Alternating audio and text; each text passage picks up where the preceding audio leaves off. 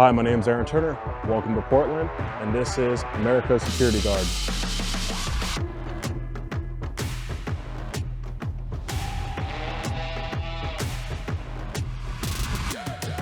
Hi, my name is Aaron Turner. Born and raised in Portland, Oregon. Lived around here my whole life. Basically went to high school around here, went to college up in Salem, Oregon almost, Western Oregon University, back in Monmouth.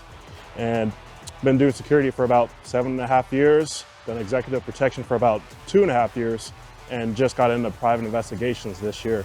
So mostly what got me into security, kind of want to follow my dad's footsteps a little bit. He did law enforcement for over 25 years for Portland, and just kind of want to follow through his footsteps. Wanted to learn security, learn how to learn about the state laws, learn about the city laws, and kind of just security stuck with me. There's just a bunch of things that I kind of learned from it, from executive protection, arm protection, private investigations. It's just a big field when it comes to public safety, and that's what really got my interest in security. And I've always found it hard to leave here. I've always loved Portland, always loved the weather, always loved the outdoors, and especially the food's the best part. So I find it really, really hard to leave sometimes. But yeah, so been working with Echelon for going on 2 years now, and they just provided me opportunities to grow with the team, learn about leadership, community outreach, and being more involved with the community, which makes it different from other security companies that I've worked with.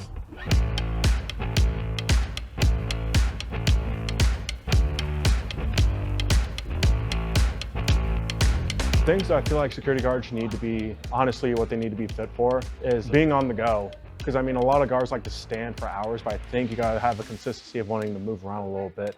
I think it's good for your body. It keeps you, keeps your awareness going. And most importantly, it kind of just keeps you awake, you know.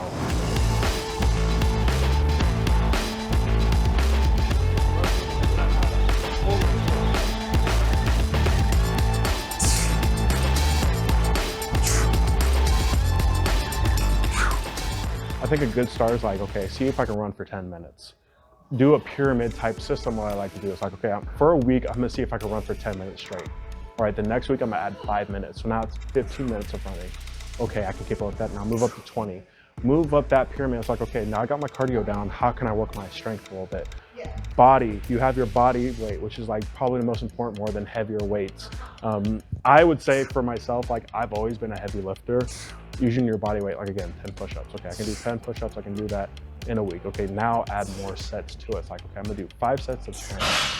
I think it's important to kind of just emulate that, you know, 5 sets of 15, then move up to 20, and then start doing sit-ups, start doing like, you know, wall sits, body squats, things like that. My vest is about 8 pounds, and extra gear at the time was about an extra 5 or 6 pounds. When I lowered that 4 pounds, it made a huge difference in my fitness. Running around, moving around, it made a really huge difference.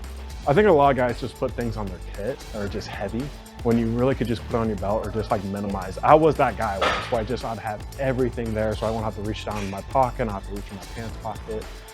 Just honestly, just kind of use what you have on you a little bit, kind of limit that a little bit, because when I had a bunch of stuff on me, it made it harder for me to like put hands on people and stuff like that, or protect myself.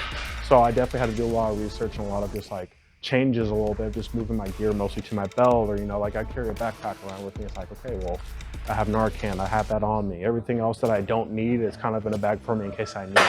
So just kind of minimalizing your equipment for your own safety. Raise up with that neck. Yeah, weird. You know, sore ass neck.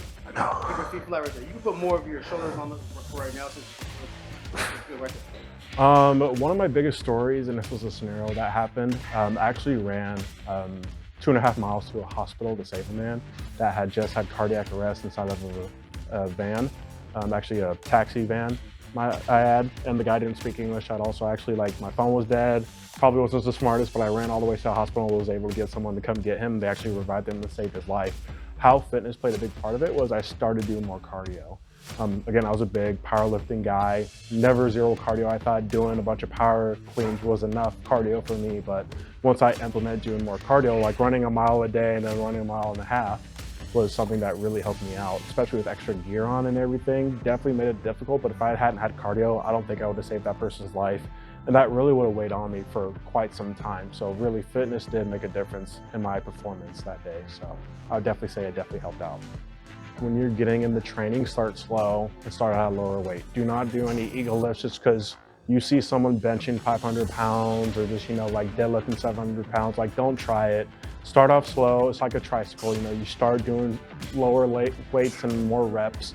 It's good for your body. If you start ego lifting, you're going to see results of just like back injuries, other injuries you might endure during those workouts. So I think it's important you start off slow. As for diets, be sure to add fruits and veggies. It's important to really add fruits and veggies to your diet. It makes you feel better. It gets you energized. And try to cut out any crazy caffeines. Like, if you're going to have caffeine, at least have at least one, and then go from there. Don't try drinking 3 or 5 Red Bulls thinking it's going to make it through the night. Try one, but mostly simulate it with a lot of water.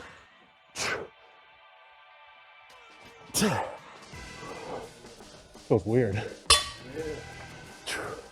So how would you load up the slap? What is it, like your feet? That's a good position. See what I'm saying? Same thing, right? Yeah.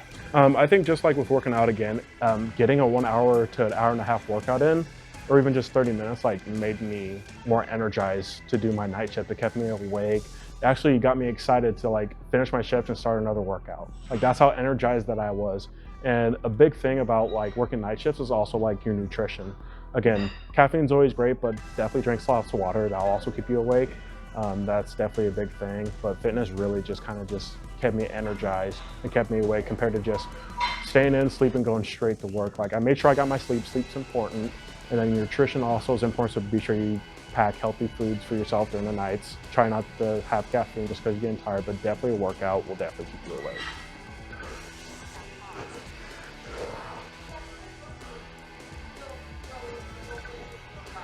Gotta be in the best in shape heavyweight. What would you say to a security guard who says, I just stand around all day, I don't need to run 3 miles a day? Then you are okay being average, is what I say. You want to be an average guard. I don't think that fits for anybody. I don't think there's one person that I think of that wants to wake up and be like, you know what, I'm just gonna be average, I'm not gonna make a difference today. I definitely believe you wake up with a purpose in whatever job you're passionate about, and you want to make a change, whether if it's to your mental health, your physical health, I think is important. I think people should come to work ready to go, ready to do their job. Not always going to be happy, but you got to perform, and people are always watching you. So do you want to grow in your industry, or you just want to be average and just collect a paycheck and go home? So honestly, words like that, I stand around all day, I don't need to run 3 miles, and you're just too content being average. And when it comes down to it, I just rather not be average. I want to be the best performer I could be, not only to outbeat everybody, but I also want to be a leader, someone that looks, up at me for guidance or anything that they might need.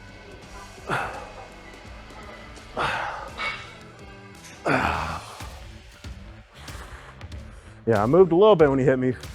Just a little bit. Had to. I'm 6'7", I'm 260.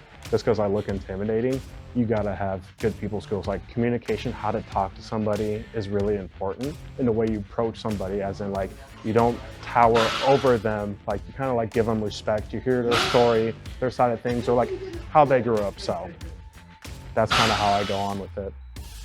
Just again, if you're gonna go into a field like that, be sure that's something you're ready to do. You're not ready to slack off. It's a serious profession. And I think it's important, that you kind of come into things wanting to go 100%. So whether if you want to learn or you want to exceed in that position, you gotta be ready for it. So definitely, something to be aware of before you choose an occupation like that, and what the risk factors are. So something that I definitely learned from it was, obviously learn from your leaders, especially people that are considered veterans. They know a lot, you can learn a lot from them, and it can help you excel in your profession. So definitely learn from people around you if you're not aware of what you're supposed to do or wanting to learn, and be passionate about it. I miss the old turf. I said I miss the old turf.